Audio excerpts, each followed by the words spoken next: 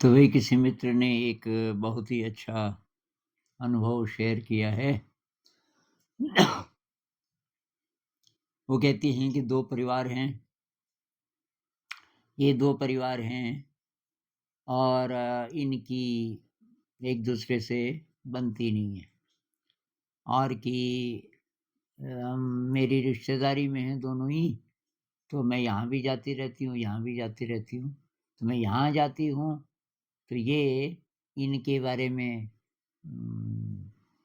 बहुत-बहुत गड़बड़ बातें बोलते हैं और मैं यहाँ जाती हूँ, तो वो इनके बारे में बोलते हैं। और पीछे की बातें, कहाँ-कहाँ की बातें, उन्होंने ऐसे किया था, ऐसे किया था। तो कि मैं एकदम चुप रह जाती हूँ।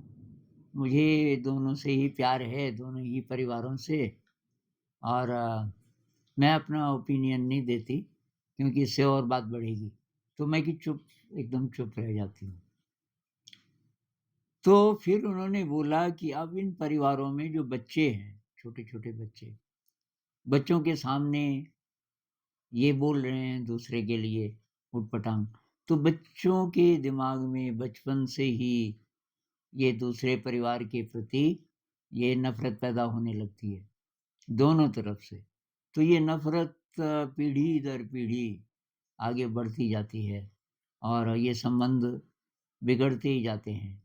कभी-कभी तो कई जनरेशन्स बीत गई मतलब कई पीढ़ियाँ आई और गई लेकिन वो जो नफ़रत है, वो अभी भी है। तो ये बहुत ज़रूरी है कि हम बहुत सावधान रहें और ये ध्यान रखें कि हम बच्चों को कैसे संस्कार दे रहे हैं, बच्चों के सामने हम कैसी-कैसी बातें कर रहे हैं। लेकिन मेरे ख़्याल से ये तो तब होगा जब हम बैकबाइटिंग ना करें, किसी की भी नहीं। बैकबाइटिंग होता है पीठ पीछे उसके बारे में कुछ बोलना, कुछ गड़बड़ बोलना और आपने देखा होगा कि ज़्यादातर 2 लोग बात कर रहे हैं तो किसी तीसरे के बारे में।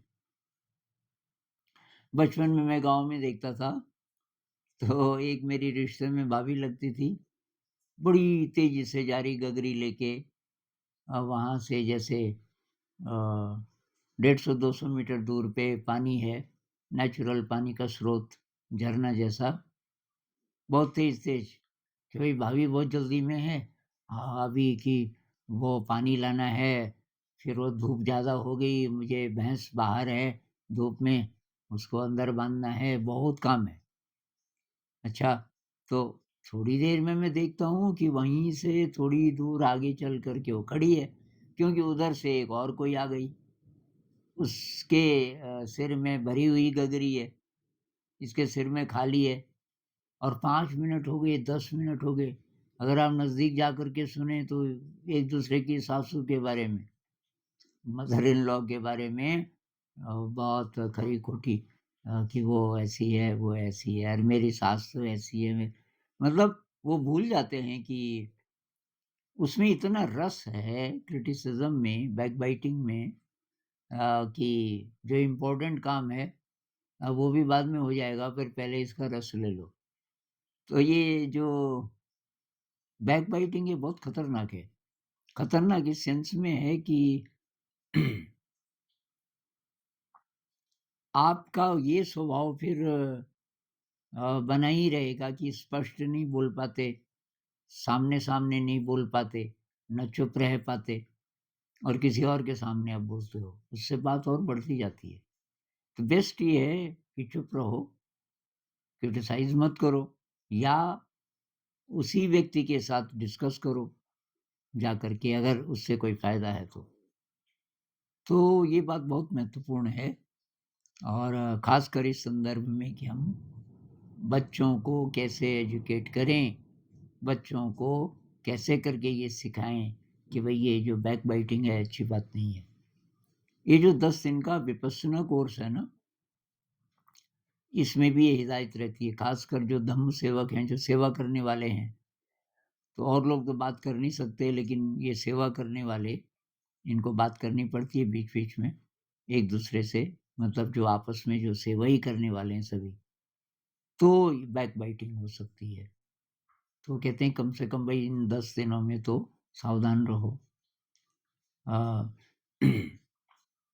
और ये आसान नहीं है, आप करके देखना। अब आपके सामने कोई दोस्त आ गया, अब वो किसी तीसरे के बारे में बोल रहा है ऊट-पटांग, हम अनजाने में शामिल हो जाते हैं। हाँ यार, तू ठीक ही बोल रहा है। अभी बोले यार बहुत कंजूस है। मैं उसके घर गया और उसने पूछा तो कि चाय पियोगे?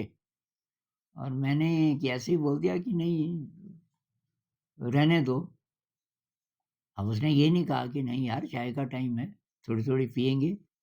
मैंने बोला रहने दो और उसने बोला अच्छा तो ठीक है। ऐसे थोड़ी होता है, कंजूस है बहुत ज़्यादा। अब आपका ये अनुभव नहीं है कि वो कंजूस है, लेकिन आप भी शामिल हो जाते हो। हाँ यार, वो ऐसे ही है।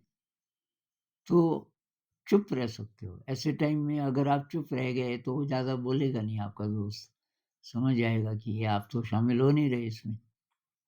तो आसान नहीं है मतलब। हम बिरादरी में शामिल होने के लिए वैसा-वैसा बोलने लग जाते हैं जबकि एक्चुअली वैसा महसूस नहीं करते। और कई कई प्रकार हैं बैकबाइटिंग के। बहुत बार अपना पलड़ा थोड़ा भारी करने के लिए, जैसे किसी ऑफ़िस में अब बॉस है, आप बॉस के पास जाकर के किसी और की निंदा कर रहे हो, ताकि बॉस की नज़र में वो ज़रा गिर जाए और आप ज़रा बॉस की नज़र में अच्छे हो जाएँ। तो भई अगर आप साधना के रास्ते पर हैं, अगर आप इवॉल्व हो रहे हैं कैटरपिलर से तितली बनने की कोशिश कर रहे हैं, तो बहुत सावधान, बैकबाइटिंग नहीं करनी। नमस्कार।